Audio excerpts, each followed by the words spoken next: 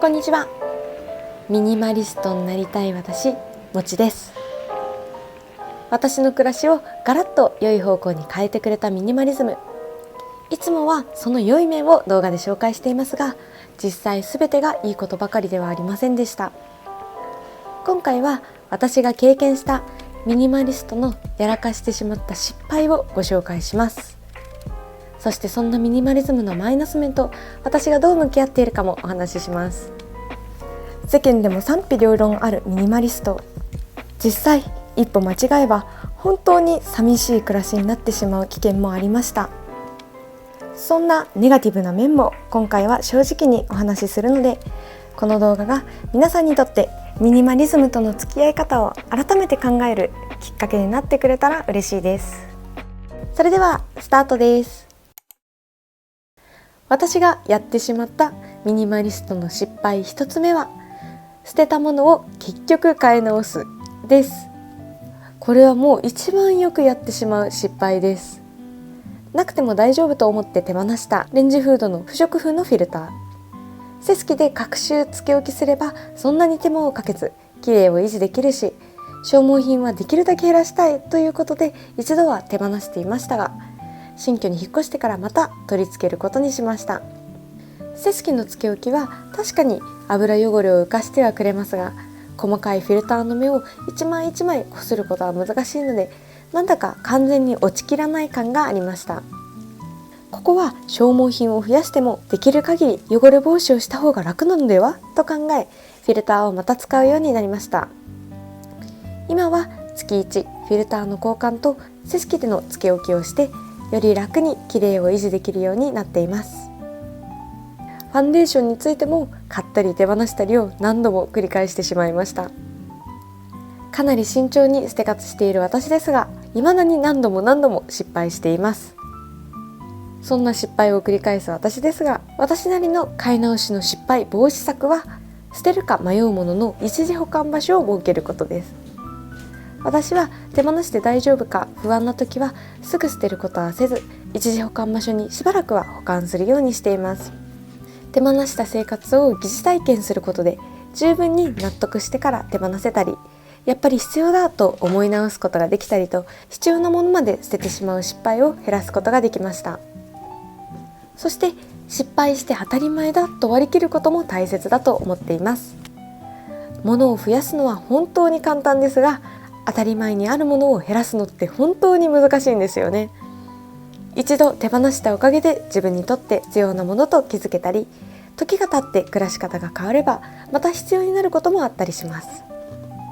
だから失敗した時も買い直すことになってもしょうがない、自分にとって必要なものをまた見つけることができたとポジティブに考えるようにしています。私がやってしまったミニマリストの失敗2つ目は、捨てることが目的になってしまうです。これは一番気をつけなければならないと私が日々心に留めておくようにしていることです。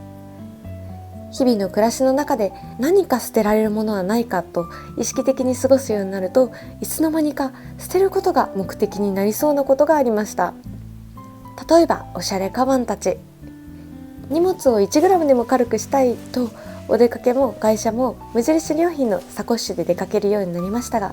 そうするとカバンは一つあれば十分だし、使っていないカバンは手放さなきゃいけないのではと本気で悩むようになりました。でも本当は私はおしゃれが大好きで、おしゃれなコーデが組めるとその日一日とってもハッピーな気持ちになります。小物はおしゃれ感を出したりと重要なファッションの要素なのに、1用途1アイテムというミニマリズムでよく言われる概念に縛られてしまい、カバンだけではなく自分にとって大切にしたいおしゃれまで手放そうとしてしまっていました。他にもロボット掃除機を買ってからすっかり出番が減ってしまっていたフローリングモップやコードレス掃除機も、床掃除道具は持ちすぎだからと捨てることが目的になって処分しようと考えてしまっていたものでした。でもフローリングモップは掃除機が届かないような場所、狭い場所のほこり取りに必要でしたし、コードレス掃除機があればゴミを不意に散らかしてしまった時、いつでもパッと掃除できます。圧縮袋でコンパクトにする時もコードレス掃除機は必須でした。私は物の数に縛られて便利さや暮らしの快適さまで手放そうとしてしまっていました。反省した今では、お出かけの時はお洋服に合わせてとっておきのカバンを選ぶようになりましたし、コードレス掃除機もクイックルワイパーも今では使っています。手放せないかまず考えてみることは捨て活で必要なことではありますが、より減らすことが正しいことと思ってしまっていた当時の私の考えは全く間違っていたと思います。今私が考えるミニマリズムの本当の目的は、自分にとって本当に大切なものを大切にすることです。だから何を捨てるかよりも何を残すかの方がもっとずっと重要で、今は私は捨て活を自分が本当に大切にしたいものを見つけるためにやっています。そんな私流の捨てることを目的にさせないための防止策は、どんな暮らしにしたいかを考えることです。私の場合、暮らしは快適で便利にさせたいですし、旅行などの経験、友人との時間、趣味をする時間も大切にしたいです。だから自分の好きなこと、やりたいことに関するものは大切にしていますし、反対にそれ以外は潔く手放し、面倒な家事も減らせるように試行錯誤しています。目的を意識するようになってから、捨てる捨てないの判断基準がより明確になり、捨て活がはかどるようになりました。そして納得いく理由を持ってから手放すことも大切です。理由がはっきり持てない、手放しにくいものこそ自分にとって大切な物事の可能性が高いです。そのようなものは手放さなきゃと無理に考えることはありません。慎重に時間をかけて手放すか考えていきましょう。私がやってしまったミニマリストの失敗3つ目は、買うことを悪いことに感じてしまうです。物を減らすためには捨てることと同じぐらい新しく物を入れないことも大切です。私自身、服を減らすために1年半新しい服を買わないでみたり、消耗品が切れたタイミングで試しに買うことをやめてみたりしました。この方法は物を減らす効果は絶大でしたが、反対にいつの間にか物を買うことに後ろめたさを感じるようになってしまっていました。せっかく物を買った時も手に入れた嬉しさよりも物を増やしてしまったことやお金を使ってしまった罪悪感が心に残ってしまっていました。そんな私ですが、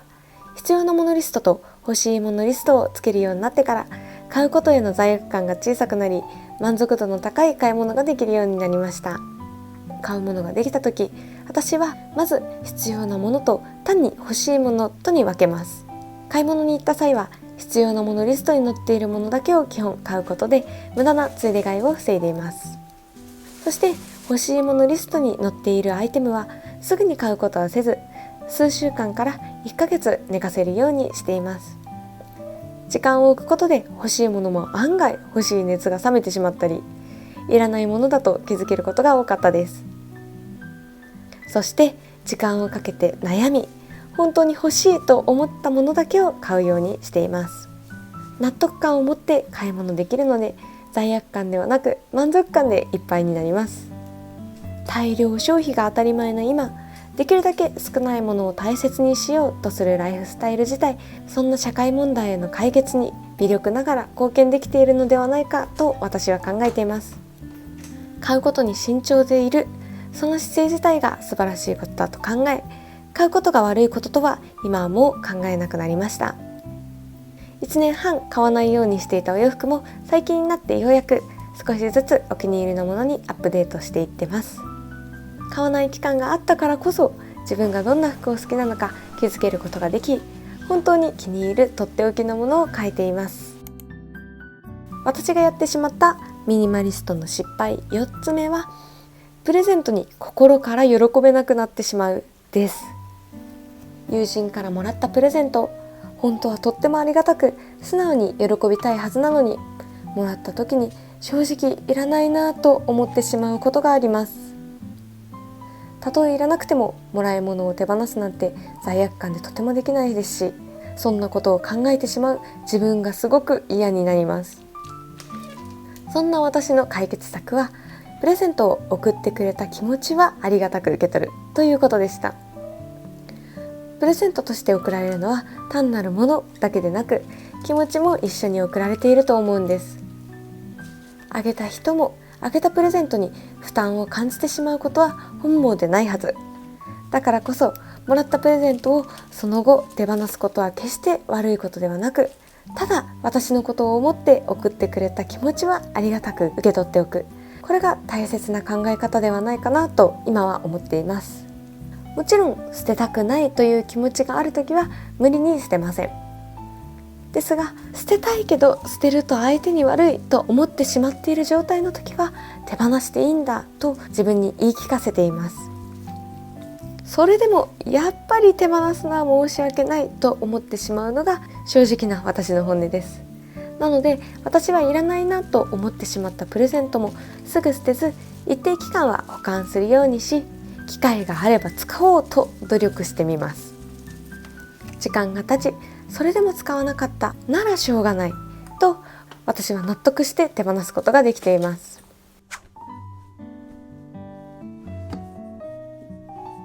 あとは自分からあげるプレゼントも気をつけています。物ではなくケーキとかフルーツとかお花など短い期間でなくなるものを選ぶようにしています。食事のごちそうなんかもいいですよね。形に残るものはもう送らなくなりました。あと消耗品プレゼントの大定番ハンドクリームも人によって肌に合う合わないがありますし、使い切るのに結構時間がかかってしまうので私は送らないようにしています。実際私もたくさんのもらい物クリームを結局使い切れず手放すことになってしまいました。プレゼントすることは本当に人生を豊かにしてくれる素敵なことだと私は考えています。ですが年々受け取るのも上がるのも難易度が上がってきているなと感じます。私がやってしまったミニマリストの失敗5つ目は、他の人にミニマリズムを押し付けてしまうです。物を減らしてどんどん自分の家がすっきりしていくうちに、友人宅に行ったり実家に帰った時にふと目に入る使っていなさそうなものが気になるようになってしまいました。友人宅に行った時、何種類もある洗顔を見て、これ全部使ってるの？と聞いてしまったり、実家のテーブルに重なる置きっぱなしの荷物を見て、これなんで置いてるの？と聞いてしまったことがあります。後にいらないんじゃない？とまで続けてはダメだと思い言葉を引っ込めましたが、嫌味な質問だったなぁとその後とても反省しました。その当時の私は物を減らすことが正しいことと思い込んでしまっていたんです。私自身がミニマリズムのおかげで暮らしが整い、貯金もたまり、時間も増え、普通な暮らしを幸せと思えるようになりました。この体験は紛れもない事実ではありますが、それでもミニマリストはあくまでライフスタイルの一つで、むしろ世間一般とは少し違う少数派な暮らし方です。価値観は人それぞれ。相手に捨てることを促したり、人のものを勝手に捨てたり、ミニマリズムを押し付けたりすることだけは絶対にしてはいけないと気づかされました。きっとご家族と同居されている方はもっと悩みが大きいと思います。私は今は一人でのみのみと暮らしてはいますが、いずれもしミニマリストではない方と暮らしたらやきもきするかもしれません。そんな時に私が実践しようと思っているアイデアがあります。それは共用スペースには個人のものは置かない。でも個人スペースにはいくら散らかしても口出ししないというルールです。これはミニマリストな友人がやっている技として教えてくれた方法で、それまで家族の荷物で散らかることに悩まされていたところ、家族それぞれの個人の収納エリアを決めてから自然と片付くようになったそうです。これとってもいいアイデアですよね。他にも物を減らすことを相手に押し付けなくても、物を減らしてすっきり暮らす様子を見せれば、その良さはおのずと同居する方に伝わったりするのではないかなとも思っています。私がやってしまったミニマリストの失敗6つ目は、無駄を楽しめなくなってしまうです。ミニマリストを目指し、不要なものだけでなく無駄な時間の使い方などいろんなものを手放していくうちに、いつの間にかストイックで超合理的な暮らし方になりかけていました。ソファーでダラダラする時間を無駄と考えたり、部屋の装飾は意味のないものだからいらないと思ってしまったり、料理にかける時間がもったいないと思ってしまったり、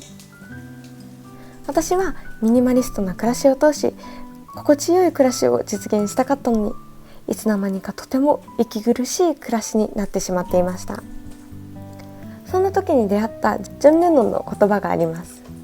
それは、楽しんで無駄にした時間は無駄じゃないです。これ本当だなと思っていて、私自身結局友人との中身のない会話をしている時だったり、一人で散歩する時間、わざわざ時間をかけて料理する時間が大好きです。何もしないぼーっとする時間が何よりも最高です。合理的でない時間の過ごし方かもしれませんが、それが本当に人生の幸せなんですよね。時間だけに限らず、無駄のように見える壁飾りも私を癒してくれる大切な無駄なものです。豊かな無駄を楽しむために、ミニマリズムを通して自分にとって無駄な時間や物事をなくしていってるんだと気づくことができました。ゆるくミニマリストをやっている方のことをゆるミニマリストと呼んだりしているようですが、この呼び方私結構好きなんです。ゆるという言葉のおかげでミニマリズムにストイックになりすぎず、自分のペースを大切にいられる気がするからです。私は豊かで幸せなゆるミニマリストでありたいと思っています。以上が私が経験したミニマリストのやらかしてしまった失敗6選でした。良い面ばかりではないミニマリストの暮らし。それでもこの動画が豊かなミニマリストになるためのミニマリズムとの付き合い方を考えるヒントになってくれたら嬉しいです。それではご視聴ありがとうございました。